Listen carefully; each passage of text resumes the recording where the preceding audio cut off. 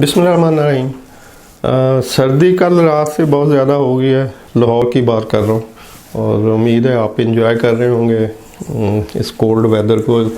जवेद साहब, फैसल जवेद, इन्होंने लिखा है कौन सी आइटम है जो हम इंपोर्ट कर सकते हैं, यानी बेस्ट आइटम, और कौन सी बेस्ट आइटम है जो एक्सपोर्ट कर सकते हैं और मैक्सिमम प्रॉफिट गेन कर सकते हैं।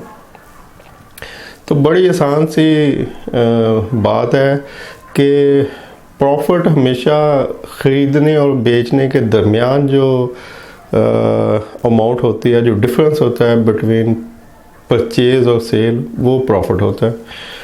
तो इसके लिए हर बंदे की अपनी जहानत है, अपनी उसकी मार्केट है, इंटेलिजेंस है, इंफॉर्मेशन है, एक्सपीरियंस है, या इनमें से कोई एक बात पकड़ लें कि जी मेरा इसमें नॉलेज है इसलिए मैंने इस आइटम को पकड़ा, मेरा इस आइटम में एक्सपीरियंस है इसलिए मैंने इस आइटम की सिलेक्शन की, या मेरी जान पहचान थी और वो इस आइटम को मैन्युफैक्चर कर रहे थे, मुझे वहाँ से चीपर मिल सकती थी, या कुछ भी ऐसा कोई पॉइंट होगा आपकी सिलेक्शन के पीछे जो आपके लिए फेवरेबल होगा कि जी ये मुझे दूसरों की निस्बत बेहतर फेवर मिल रही थी इसके अंदर, तो मैंने फिर इसकी सिलेक्शन कर ली। जैसे मैंने जो क्लीनिंग केमिकल, जो मेरा करंट मेन प्रोडक्ट है, जो हॉट सेलिंग प्रोडक्ट है, तो उसकी सिलेक्शन इसलिए की थी कि ये हर इंडस्ट्री में, हर हॉस्पिटल, रेस्टोरेंट या office, government institution, private institution, school, college, university, मतलब कोई ऐसी जगह नहीं है जहाँ पर क्लीनिंग ना हो रही हो। वो क्लीनिंग हैंड वॉशिंग की हो, वो क्लीनिंग सरफेस की हो, फ्लोर की हो, वो क्लीनिंग प्लांट मशीनरी की हो, वो क्लीनिंग फूड इंडस्ट्री में जो इंटरनल क्लीनिंग होती है पाइप्स वगैरह की, उसकी हो, वो सैनिटेशन हो, डिसइंफेक्शन हो, मतलब जिस जगह भी एक से ज़्यादा लोग काम कर रहे होंगे तो वहाँ पे उनको किचन में भी ज़रूरत होगी क्लीनिंग की, उनको ऑफिस की क्लीनिंग की भी ज़रूरत होगी, उनको अपनी पर्सनल क्लीनिंग की भी ज़रूरत होगी। तो जब मेरा ये मकसद था, तो मैं ऐसे प्रोडक्ट के तलाश में था जिसके लिए हर कोई कस्टमर हो, जिसको मैं किसी भी जगह पे सेल कर सकूं। देखिए, सेल करने में आपको कस्टमर की ज़रूरत होती है कि जी आपके कस्टमर्स कौन है। आप BMW गाड़ियाँ इंपोर्ट करनी शुरू कर दें, ऑडी शुरू कर दें, मर्सिडीज शुरू कर दें, आप एरोप्लेन इंपोर्ट करना शुरू कर दें, बोइंग ले लिया है जी, खड़ा है तो बेचेंगे तो प्रॉफिट बेभाव मिलेगा। तो असल बात है कि आप उसके कस्टमर कहाँ से ढूंढेंगे। तो अगर मतलब जो सेल करना है उसके लिए सबसे जो ज़रूरी चीज़ है वो है कि कस्टमर कहाँ से मिलेंगे, और जो मिलेंगे क्या मैं उनको सेल कर सकता हूँ, यानी वो मेरी बात को सुनेंगे, मेरी अप्रोच में होंगे, रीच में होंगे। तो अगर आप एक्सपोर्ट करेंगे तब भी आपको सेल की ज़रूरत पड़ेगी कि आपने सेल किसको करना है। सारी दुनिया में इंपोर्ट एक्सपोर्ट हो रही है, एक्सपोर्ट भी हो रही पाकिस्तान से बेबाक, और दुनिया सारी ख़रीदती है उसको, लेकिन उनमें से आपसे कितने ख़रीदेंगे ये आपने सोचना है। और अगर आप समझना है कि नहीं इंपोर्ट कर लेता हूँ तो भी सेल की ज़रूरत पड़ेगी कि लोकल मार्केट में आपके पास बायर अवेलेबल है, और अगर नहीं अवेलेबल तो आप उनको किस तरह से तलाश करेंगे, या मतलब बायर जो है वो मसला है। इंटरनेशनल मार्केट में भी आपको बायर ढूंढने पड़ेंगे, इंपोर्ट करेंगे तो लोकल मार्केट में भी बायर ढूंढने पड़ेंगे। तो प्रोडक्ट, मकसद सारे बताने का यह है कि जो प्रोडक्ट की सिलेक्शन है वो आपकी उस रिलेशनशिप, उस इंफॉर्मेशन के ऊपर डिपेंड करती है कि आपकी रिलेशनशिप में वो लोग अवेलेबल हैं जो आपसे बाय कर सकें। तो मैंने जब शुरू किया था तो मुझे जो फार्मास्यूटिकल इंडस्ट्री है ये एक ऐसा सेक्टर था जो बहुत ही डॉक्यूमेंटेड सेक्टर था, जो ऑर्गेनाइज सेक्टर था। यानी ये कोई 20 साल पहले भी इनकी पाकिस्तान फार्मास्यूटिकल मैन्युफैक्चरिंग एसोसिएशन की वेबसाइट अवेलेबल थी जब इंटरनेट अभी नया नया आया था। डायरेक्टरीज इनकी अवेलेबल थी एसोसिएशन के पास, आप वहाँ से उनकी वो जो डायरेक्टरी है एसोसिएशन की वो ख़रीदें तो वहाँ उसके अंदर सब मैन्युफैक्चरर जितने पंजाब, सिंध, बलूचिस्तान, सरहद, ये सब लोग लिस्टेड होते थे। तो जब मैंने वो मेरे नज़र से गुजरी तो मुझे बड़ी खुशी कि यार इतने लोग, इतनी फार्मास्यूटिकल इंडस्ट्री अवेलेबल है, मतलब से 500 लगा लें कि जी 500 अवेलेबल है, तो आपको 500 बायर के कॉन्टैक्ट डिटेल मिल गई। अगर आप 500 से कॉन्टैक्ट करते हैं कि जी ये मेरी प्रोडक्ट है और मैं ये इसकी प्राइस है, तो उन 500 में से 5 तो आपको मिल जाएंगे ना फर्स्ट इंक्वायरी के अगेंस्ट ही। या एक भी मिल जाए तो एक से शुरू होगा तो दूसरे के लिए रेफरेंस बन जाएगा कि सर हम इस कंपनी को भी सेल कर रहे हैं और ये प्रोडक्ट है, ये प्राइस है, फिर एक और ऐड होगा। और तो इस तरह से ये बिज़नेस जो है वो डिपेंड करता है आपकी अपनी इंटेलिजेंस पे कि आप खुद कितनी इन्वॉल्वमेंट करते हैं, खुद कितना सोचते हैं, फ़िक्र करते हैं उसके लिए कि कैसे हो सकता है, क्या हो सकता है। तो मोटिवेशन और इन्फॉर्मेशन सब दे देंगे, लेकिन उसके बाद वर्किंग आपको खुद ही करनी पड़ेगी। तो ये मैं अभी आपको वो बता रहा था कि जो मैंने कंसिडरेशन की अपने बिज़नेस के लिए। तो अब इसके अलावा कुछ और चीज़ें भी आप सोच सकते हैं। जैसे मैंने शुरू में वर्किंग की कि अगर मैं एक्सपोर्ट करता हूँ तो मैंने जो टेराकोटा प्रोडक्ट होती हैं, ये जो मिट्टी से बने हुए बर्तन होते हैं, मिट्टी से बने हुए पॉट होते हैं, गमले होते हैं, और इनमें छोटे गमले से लेकर बड़े बड़े बिग साइज़ के गमले और बड़े खूबसूरत, आपको अगर आप सर्च करेंगे इंटरनेट के ऊपर तो जितना भी यूरोप, अमेरिका, ब्राज़ील, मेक्सिको, ये सारे मतलब अमेरिका की दोनों साइडें और यूरोप, ऑस्ट्रेलिया, तो यहाँ पर बहुत एक्सपोर्ट होती है दूसरे जो अंडर डेवलप कंट्रीज़ हैं लाइक पाकिस्तान, इंडिया, बांग्लादेश और भी चाइना से भी। और इनकी पैकिंग ज़रा आपको सिक्योर करनी पड़ेगी, लेकिन इसके अंदर मार्जिन, प्रॉफिट ऑफ मार्जिन बहुत ज़्यादा है।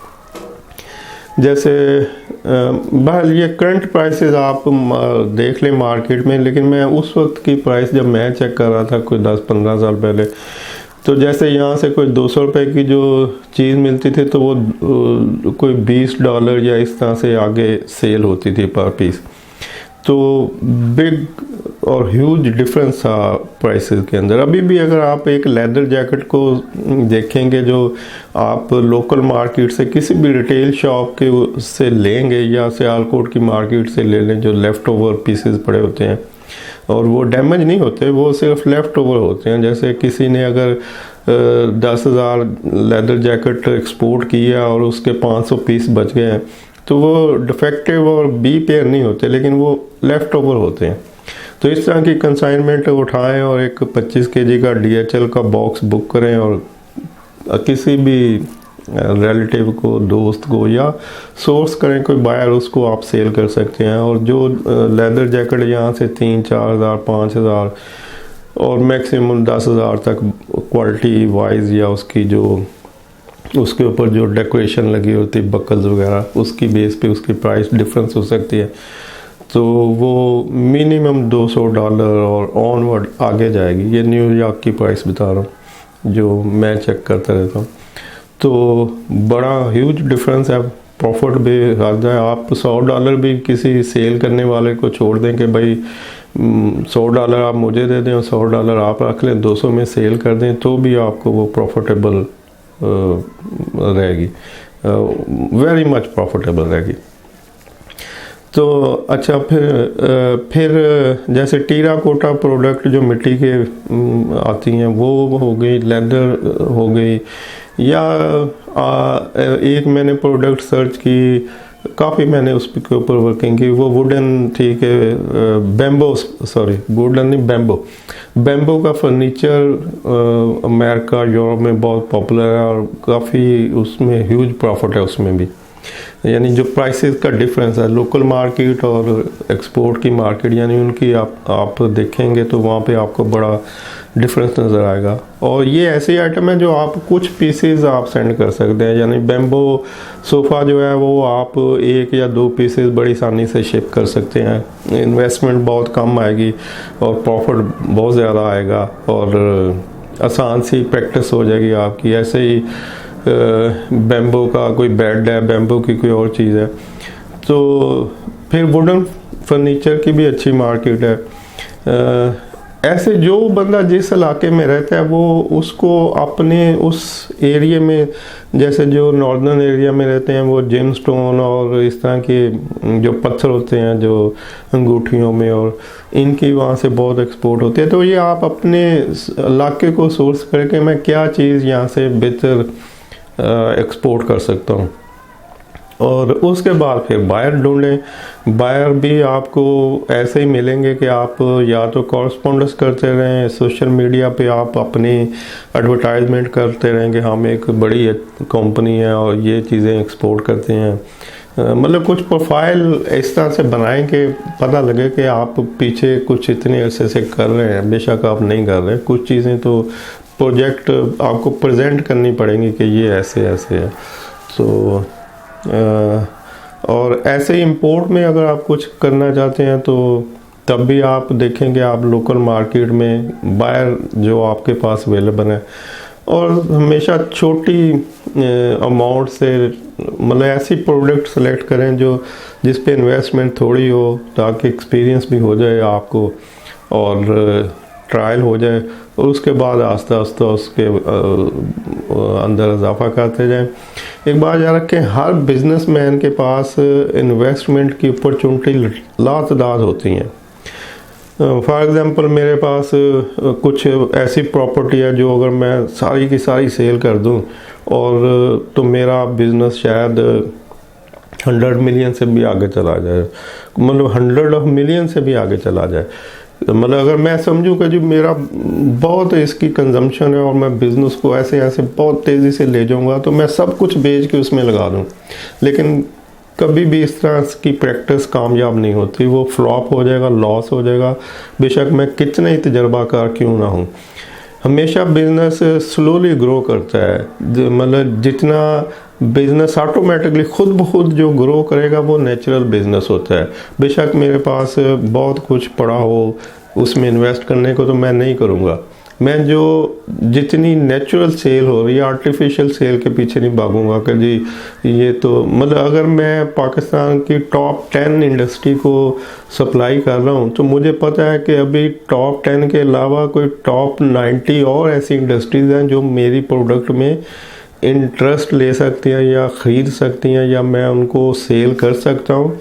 लेकिन वो 90 इंडस्ट्री अगर मैं 90 सेल्समैन भी रख लूँ और कहूँ कि एक एक पे फोकस करना है तो कभी भी वो 90 सेल्स के बंदे जो हैं हर इंडस्ट्री से बिज़नेस कलेक्ट करके नहीं लाएंगे। वो बिज़नेस स्लोली ग्रो करता है। बिज़नेस वो सारे के सारे बंदे अगले 9 माह तक भी बैठे रहेंगे तो वो सिर्फ 9 कस्टमर ही लेके आएंगे। 90 जो लोग होंगे वो कभी भी जितनी मर्जी हार्ड वर्किंग कर लो। किसी ब्रांड को देखेंगे तो वो हर ब्रांड के पास मतलब बैंकों से फिनांसिंग होती है, उनकी अपनी फिनांसिंग होती है, फिर उनके वो अपने रिलेटिव फ्रेंड्स और इनसे फंडिंग ले सकते हैं कि भाई आओ शामिल हो, हमारा बिज़नेस बहुत ग्रो कर रहा है। लेकिन वो कोई बिजनेसमैन ऐसे नहीं करता। वो बिजनेसमैन उतनी इन्वेस्टमेंट करता है जितना वो समझता है कि एक नेचुरल ग्रोथ हो रही है। तो बिगिनर को हमेशा एक छोटा एक्सपेरिमेंट करना चाहिए और फिर ग्रेजुअली जैसे जैसे उसमें नेचुरली ग्रोथ हो, नेचुरली सेल बढ़े, उतनी उतनी इन्वेस्टमेंट आगे बढ़ाते जाना चाहिए। यही तजर्बा होता है और ये तजर्बा ही उसको फिर आगे आस्ता आस्ता बढ़ाता है। अदरवाइज़ एकदम से सब कुछ लगा के जो स्टार्ट होता है वो लॉस में जाता है और फिर लॉस जो है डिसहार्ट करके बंदे को नीचे गिरा देता है और उसकी फिर हिम्मत ही नहीं होती कि वो दोबारा से बिज़नेस में आए। अभी ये थोड़े दिन पहले एक साहब, मुझे नाम उनका भी याद नहीं है, शायद यहाँ मैसेज में कहीं लिखा हुआ था। अच्छा, तो उन्होंने कहा जी मैं शायद फ्रांस में हूँ या इटली में हूँ तो मैं चाहता हूँ कि मैं पाकिस्तान आऊँ और मैं जिंजर इंपोर्ट करूँ थाईलैंड से। आजकल ये थाईलैंड से बहुत मतलब जितनी पाकिस्तान की कंजम्पशन है वो सारी थाईलैंड से इंपोर्ट हो रही है। तो अब देखें कि एक बंदा बाहर बैठा है और उसको ये इन्फॉर्मेशन है कि पाकिस्तान में जो जिंजर है वो थाईलैंड से इंपोर्ट हो रहा है, लोग इसमें बहुत कमा रहे हैं। तो ये जो इन्फॉर्मेशन है ये मतलब उन्होंने कहीं से कोई सोर्स उनका होगा या उनकी मार्केट में प्रेजेंस होगी किसी वालिद की या किसी और फैमिली मेम्बर की या कुछ भी, जिससे उनको ये इन्फॉर्मेशन मिली। फिर उन्होंने इसके ऊपर वर्किंग की, फिर उन्होंने सोचा कि मुझे भी कुछ इन्वेस्टमेंट इसमें करनी चाहिए वगैरह वगैरह। तो ये ऐसे ही आप मतलब एक एक आइटम को पकड़ के और लोगों से पूछते जाएं, मशवरा करते जाएं और आगे बढ़ते जाएं, फिर ही होगा। लेकिन एग्जैक्टली कुछ बताना कि जी ये आइटम एक्सपोर्ट कर लें तो प्रॉफिट होगा या ये आइटम इंपोर्ट कर लें तो बहुत प्रॉफिट होगा, ऐसे नहीं होगा। वो जो जितने भी कॉफ़ी वाले, टी वाले, चाय वाले बताते हैं कि जी 25 बिज़नेस कर लें, ये 2023 के कामयाब बिज़नेस होंगे और अपने वालिद जो रिटायर्ड हो रहे हैं उनको ये 10 बिज़नेस करवा दें तो आप कामयाब हो जाएंगे, तो मैं नहीं समझता कि इस तरह से मतलब कोई स्टैंडर्ड बिज़नेस है कि ये 25 करेंगे तो आप कामयाब हो जाएंगे। फजूल चीज़ें हैं ये। कामयाब आप उसी वक्त होंगे जब आप अपनी हिम्मत और अपनी अक्ल, समझ बूझ और थोड़े से पैसे लगा के सबका एक मिक्सचर बना के मार्केट में जाएंगे या मार्केट में बैठेंगे। तो फिर साल 6 माह में जो कुछ भी लर्न करेंगे उसकी बेस पे अगला साल आपके लिए और प्रॉफिटेबल होगा। फिर वो 2 साल का जो एक्सपीरियंस होगा उसकी बेस पे तीसरा साल थोड़ा और प्रॉफिटेबल होगा। और जैसे जैसे टाइम बढ़ता जाएगा आपका बिजनेस भी बढ़ता जाएगा, आपकी समझ बूझ, एक्सपीरियंस, मार्केट के टैक्ट्स, ये सब चीज़ें बढ़ती जाएंगी और आपको 5-10 साल में बिज़नेस में एक टॉप पोजीशन पे ले जाएंगे जहाँ पे आप बेफिक्र होकर फाइनेंशियल जो प्रॉब्लम है उनसे बेफिक्र होकर बैठे रहेंगे। बाकी तो प्रॉब्लम चलते रहते हैं, लेकिन फाइनेंशियली आप बेफिक्र होकर फ्री ऑफ माइंड रिलैक्स होंगे कि यार अब जितना है वो बहुत है। थैंक यू, अल्लाह हाफिज़।